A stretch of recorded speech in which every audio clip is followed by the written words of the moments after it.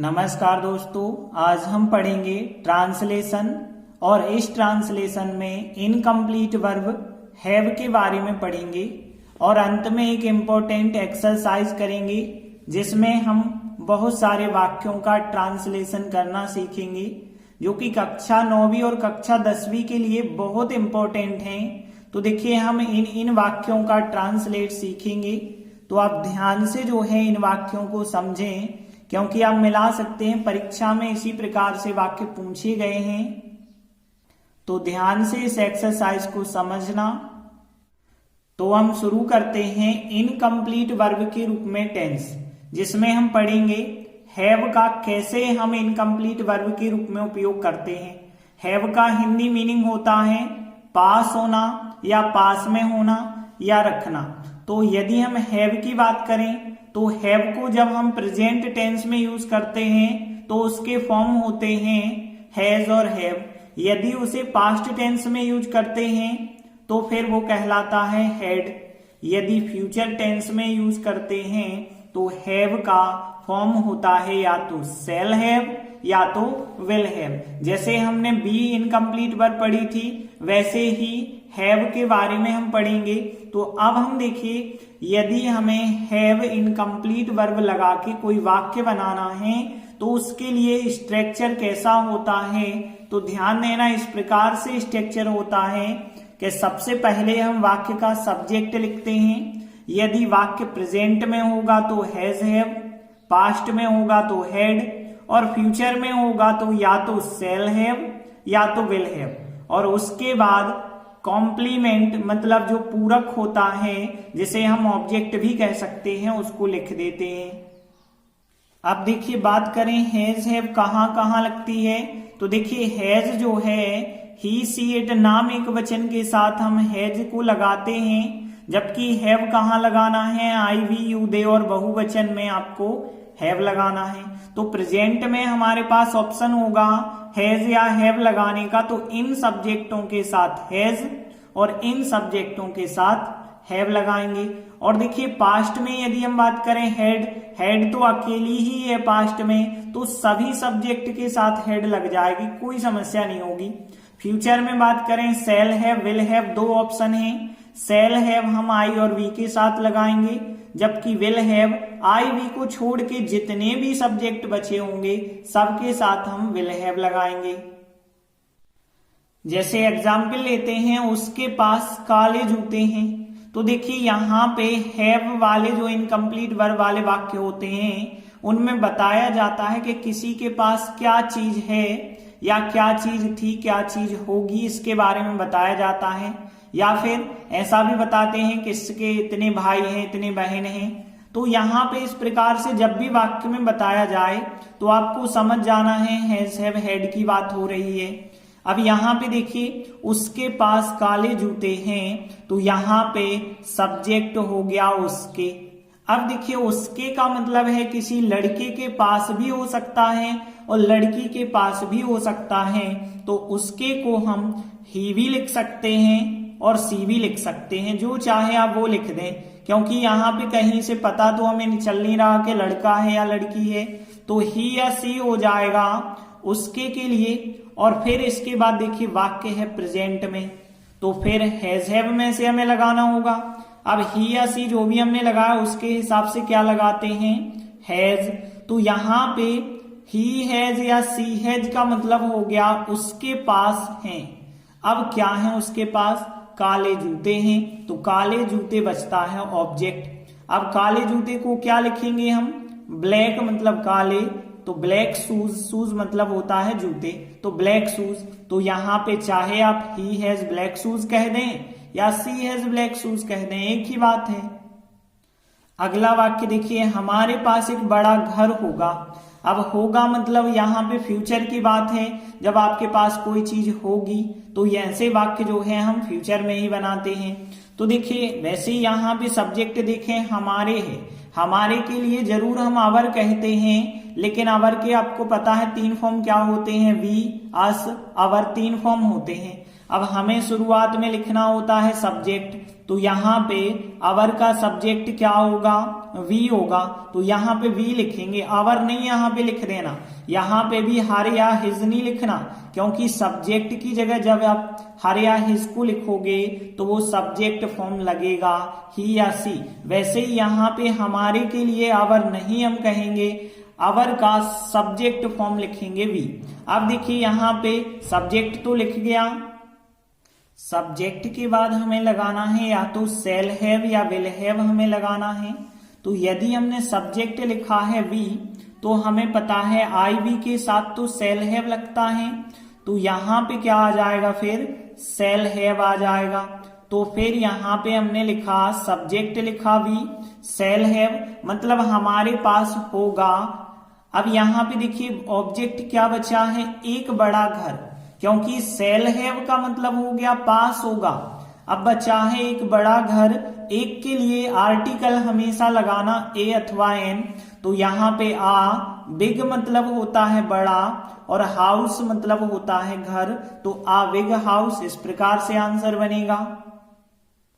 अगला वाक्य देखिए, शिक्षक के पास एक स्कूटर था, शिक्षक को क्या कहते हैं, टीचर। तो द टीचर लिखना सब्जेक्ट हो गया। इसके बाद ध्यान दीजिए था लिखा है, किसी के पास कोई चीज थी मतलब पास्ट, और पास्ट में क्या लगाते हैं, हैड लगाते हैं ना, तो हैड हो जाएगा। तो इतने का मतलब क्या हुआ, द टीचर हैड का मतलब शिक्षक के पास था। अब क्या था, आ स्कूटर, तो यहाँ पे हम लिख देंगे आ स्कूटर, इस प्रकार से आंसर बन जाएगा। अगला वाक्य देखिए, तुम्हारे कई मित्र हैं। देखिए इस वाक्य को ऐसा कहना अच्छा नहीं लगता कि तुम्हारे पास कई मित्र हैं, सीधा कह देते हैं हम तुम्हारे कई मित्र हैं। तो ऐसे वाक्य भी जो है हैव के द्वारा ही बनते हैं। तो देखिए यहाँ पे तुम्हारे को वैसे योर कहते हैं, लेकिन हमें लिखना होगा योर का सब्जेक्ट। योर का सब्जेक्ट क्या होता है, यू। अब देखिए वाक्य है प्रेजेंट में, प्रेजेंट में मतलब आपको हैज या हैव लगाना पड़ेगा। तो हैज या हैव यू के साथ क्या लगता है, हैव लगता है। तो यू हैव मतलब तुम्हारे पास हैं या तुम्हारे हैं। और फिर कई मित्र बचाओ ऑब्जेक्ट, तो कई को क्या कहते हैं, मैनी कहते हैं, मैनी।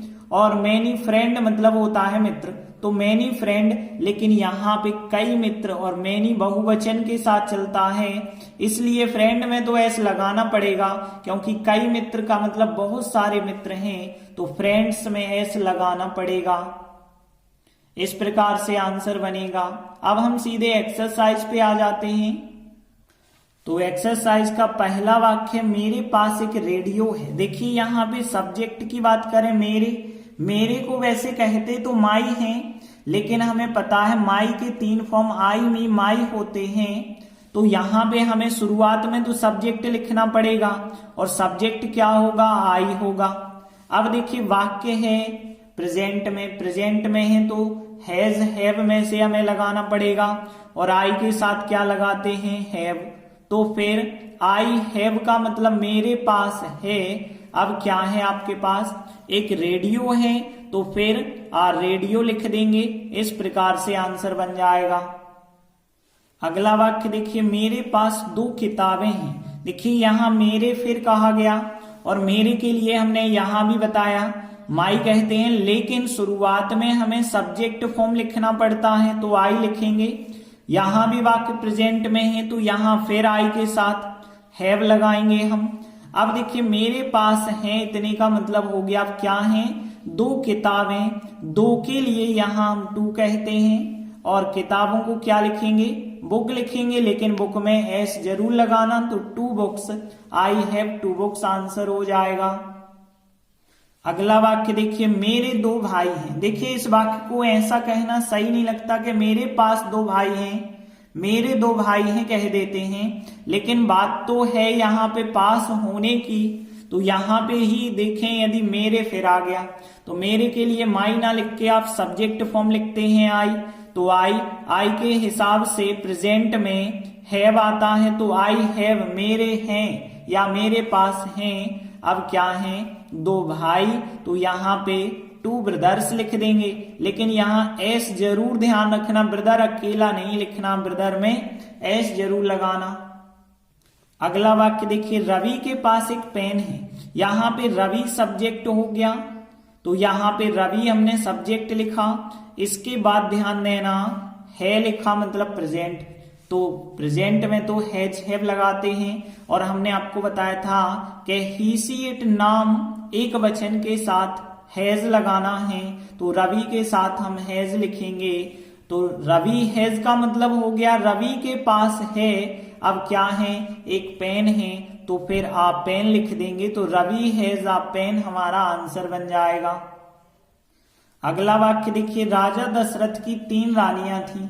अब ऐसा कहना सही नहीं लगता कि राजा दशरथ के पास 3 रानियां थी, तो वाक्य इस प्रकार से कहा जाता है कि राजा दशरथ की 3 रानियां थी।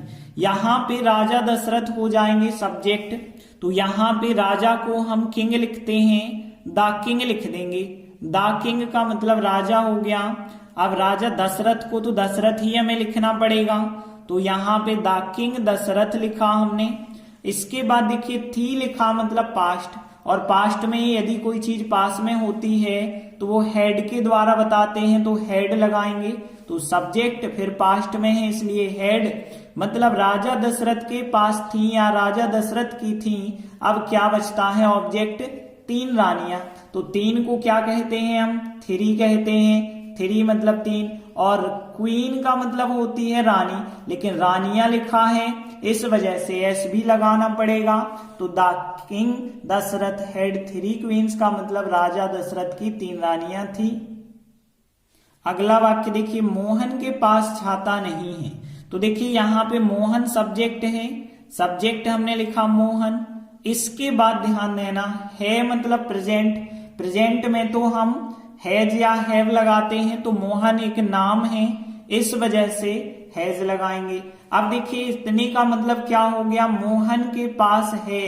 मोहन हैज का मतलब मोहन के पास है।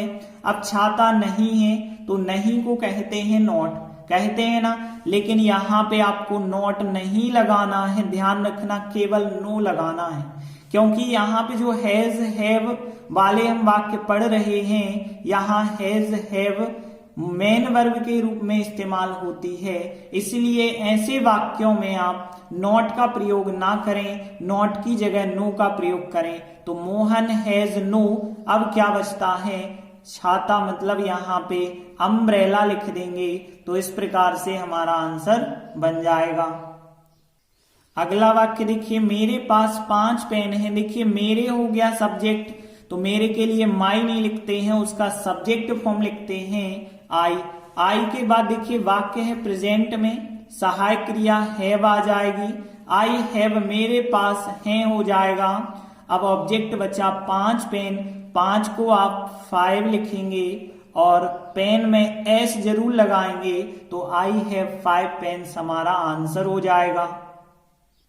अगला वाक्य देखिए, राम के 3 भाई थे, तो यहाँ पे राम सब्जेक्ट होगा। अब देखिए थे का मतलब है पास्ट, और पास्ट में कोई चीज होती है पास में तो वो हेड के द्वारा बताते हैं। तो इतने का मतलब हो गया राम के थे या राम के पास थे, क्या थे, 3 भाई। 3 मतलब यहाँ 3 लिखेंगे, और भाई को क्या कहते हैं, ब्रदर कहते हैं, लेकिन एस जरूर लगाना क्योंकि 3 भाई हैं। अगला वाक्य देखिए, बंदर के तेज नाखून होते हैं, मतलब सीधी सी बात है, बंदर के पास जो नाखून होते हैं वो तेज होते हैं। तो यहाँ पे भी यदि हम देखें तो यहाँ पे बंदर सब्जेक्ट होगा, तो यहाँ पे सब्जेक्ट क्या हो गया, मंकी। लेकिन यहाँ पे ध्यान देना कि मंकी होगा या मंकीज होगा। तो देखिए बंदर के तेज नाखून होते हैं का मतलब है पे बिंदी आई है, और बिंदी तब लगाते हैं जब बहुवचन होता है। तो यहाँ पे मंकी जो है बहुवचन होगा, मंकीज लिखना पड़ेगा। अब है का मतलब है प्रेजेंट, और प्रेजेंट में आपको हैज हैव में से लगाना है, और मंकी बहुवचन हो गया तो फिर हैव लगाएंगे। तो मंकीज हैव मतलब बंदरों के होते हैं। अब यहाँ पे तेज नाखून, तो तेज के लिए क्या कहते हैं हम, फास्ट नहीं लिख सकते यहाँ पे। यहाँ तेज का मतलब है नुकीले, और नुकीले तेज धारदार को हम कहते हैं शार्प। तो ध्यान रखना कि यहाँ तेज का मतलब ऐसा नहीं कि वाहन तेज चलता है फास्ट, तो उसे हम फास्ट कह देते हैं, लेकिन यहाँ तेज का मतलब है कि नुकीले धारदार होते हैं, तो शार्प कहलाता है। और नाखून के लिए हम नेल्स कहते हैं, तो नेल्स का मतलब होता है नाखून। तो यहाँ मंकीज सब्जेक्ट हो गया, और फिर है लिखा है मतलब यहाँ प्रेजेंट में है, तो हैव लगाना पड़ेगा हमें क्योंकि मंकीज बहुवचन हो गए। अब शार्प मतलब तेज धारदार, और नाखून के लिए नेल्स कहते हैं। अगला वाक्य, राजा की 2 पुत्रियां होंगी। तो देखिए यहाँ राजा सब्जेक्ट हो गए, राजा को हम द किंग लिखेंगे, द किंग सब्जेक्ट हो जाएगा। अब होंगी मतलब फ्यूचर, और फ्यूचर में हमें या तो सेल हैव या विल हैव लगाना है, और यहाँ आई वी के साथ सेल हैव लगता है जबकि बाकी सबके साथ विल हैव। तो द किंग के साथ तो हम विल हैव लगाएंगे, तो द किंग विल हैव का मतलब राजा के पास होगा या राजा के पास होंगी या राजा की होंगी। अब क्या होंगी, 2 पुत्रियां, मतलब यहाँ पे 2 मतलब 2, और डॉटर मतलब होता है पुत्री, तो यहाँ डॉटर्स लिखना पड़ेगा क्योंकि 2 हैं तो बहुवचन हो गई ना। तो यहाँ the king will have 2 daughters मतलब 2 पुत्रियां होंगी। अगला वाक्य, राधा के लंबे सुंदर बाल थे या राधा के पास लंबे सुंदर बाल थे। बात एक ही है ना, राधा सब्जेक्ट हो जाएगा, तो यहाँ राधा सब्जेक्ट लिखा। अब थे मतलब पास्ट, और पास्ट में क्या लगाते हैं, हैड, मतलब राधा के पास थे या राधा के थे, इतने वाक्य का मतलब हो गया। अब लंबे सुंदर बाल बचता है ऑब्जेक्ट, तो यहाँ पे लंबे के लिए लॉन्ग कहते हैं और सुंदर के लिए हम ब्यूटीफुल कहते हैं, तो लॉन्ग ब्यूटीफुल, और बाल के लिए कहते हैं हेयर। तो इस प्रकार से आंसर बनेगा। और ध्यान देना हेयर का बहुवचन हेयर ही होता है, तो हेयर में एस बिल्कुल ना लगाएं, राधा सब्जेक्ट हो गया, हेड यहाँ पे, और फिर लंबे सुंदर बाल मतलब लॉन्ग ब्यूटीफुल हेयर। इसी के साथ हमारी एक्सरसाइज यहीं समाप्त होती है। हम आशा करते हैं कि आपको has, have, had, shall have और विल हैव का प्रयोग करना समझ आ चुका होगा। धन्यवाद।